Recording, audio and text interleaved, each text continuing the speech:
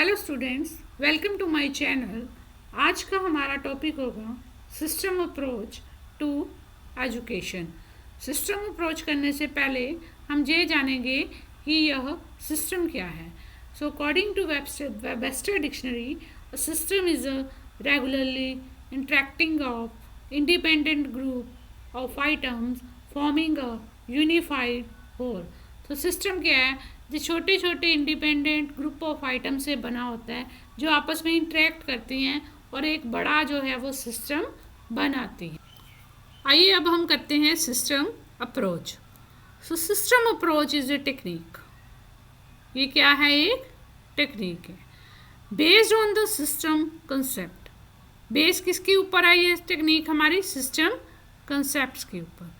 And it's basic parameters क्या हैं इसके? For understanding, predicting and controlling the operation of system in the given environment to achieve the predetermined objective intelligent, efficient and economy way. उसके basic parameters समझने के लिए, understanding करने के लिए, प्रेडिक्ट करने के लिए, कंट्रोल करने के लिए, किसको कंट्रोल करने के लिए? सिस्टम के ऑपरेशन को के कब, कहाँ, कैसे करने के लिए इन द गिवन एनवायरनमेंट। और अचीव हमने क्या करना है? हमारे प्री डिटर्मिन्ड ऑब्जेक्टिव्स। और वो कैसे करने हैं? By intelligent way, efficient way and economy way. So ये थी हमारी सिस्टम अप्रोच। सो जब हम ऐसा करें तो इसके लिए कौन से हमारे स्टेप्स जो हैं सिस्टम अप्रोच में ज़रूरी हैं? सबसे पहले सिस्टम एनालिसिस। सिस्टम का एनालाइज करना है कि ये कौन सा सिस्टम है, कैसा सिस्टम है, इसमें क्या है।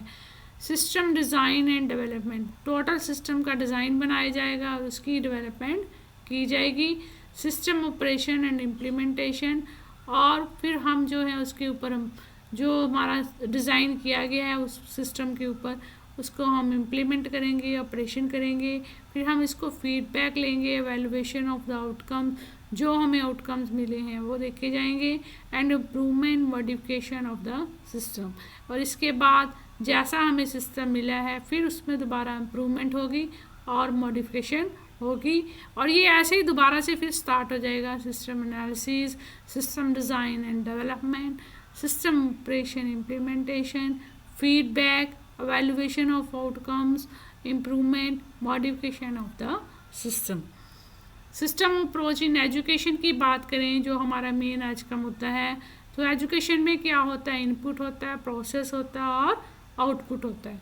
इनपुट की बात करें तो इनपुट कौन है? हमारे बच्चे हैं, ठीक है, एडमिनिस्ट्रेशन है, टीचर्स हैं, मटेरियल्स हैं, और सबसे इम्पोर्टेंट इसके लिए क्या चाहिए? फाइनेंस। प्रोसेस की बात करें तो फॉर्मल और इनफॉर्मल एजुकेशन प्रोसेस जो है इसमें चलता है। और आउटपुट की बात करें तो achievement, attainment of education objective जो हैं इसमें से आउटपुट रहेगा। लेकिन हाँ, ये यहीं पे ख़त्म नहीं होगा। आउटपुट लेने के बाद जो है उसको एनालाइज किया जाएगा, फिर फीडबैक होगी, फिर इनपुट की ओर जाएगी, फिर इनपुट, प्रोसेस और आउटपुट जो है वो चलता रहेगा। सो ऐसे ये कंटिन्यूस प्रोसेस जो है हमारा चलता रहता है। फ़ायदे की बात करें, एडवांटेजेस की बात करें सिस्टम अप्रोच की, तो बहुत से एडवांटेजेस हैं इसके। Identify the resource material. सबसे पहले जो है रिसोर्स मटेरियल को आइडेंटिफाई किया जाता है, वो हमें मिल जाता है कौन सा है रिसोर्स मटेरियल, कहाँ से हमें डाटा मिलेगा, कौन सी बुक्स हैं वगैरह वगैरह। Assessing the qualities of resource material in terms of time. Quality जो है हम असेस कर सकते हैं टाइम को देखते हुए कि जो है रिसोर्स मटेरियल हमें मिल रहा है उसकी क्वालिटी कैसी है, वो कैसा है। Assist the use of technology for attaining goals. Assist करता है कि टेक्नोलॉजी को भी यूज़ किया जाए अगर गोल को अटेन करना है। Introduction of components required for system success in terms of student learning. अगर स्टूडेंट लर्निंग के हिसाब से देखें तो कौन से कंपोनेंट्स चाहिए सिस्टम की सक्सेस के लिए, वो भी ध्यान में रखते हैं, उनको वो में मिल जाते हैं। प्रोवाइड कंसेप्चुअल फ्रेमवर्क और plan for bringing change in education. Education में कैसे चेंज लाना है उसके लिए एक प्रॉपर फ्रेमवर्क जो है वो हमें मिल जाएगा। कंटिन्यूस एवेलुएशन जो है वो चलती रहती है। Improvement in teaching learning process, वो तो है ही है। जब हम किसी अप्रोच को अडॉप्ट करते हैं तो उसका मेन ऑब्जेक्टिव ही होता है कि improvement in teaching learning process. Optimum utilisation of man and material in education. और एजुकेशन में जितने भी मैन या मटेरियल जो हमारे वेरियस इंपॉर्टेंट फैक्टर्स है एजुकेशन में, उसकी ऑप्टिमम यूटिलाइजेशन होती है। हेल्पफुल इन द प्लानिंग, अगर फर्दर प्लानिंग करनी है तो भी हमें लिए यूज़फुल है। Coordination between curricular and cocurricular activities for coordinative and effective domains. So जितनी भी हमारी को करिकुलर एक्टिविटीज़ हैं उनकी जो है कोऑर्डिनेशन की जाती है फॉर कोऑर्डिनेटिव और इफेक्टिव डोमेन्स के लिए।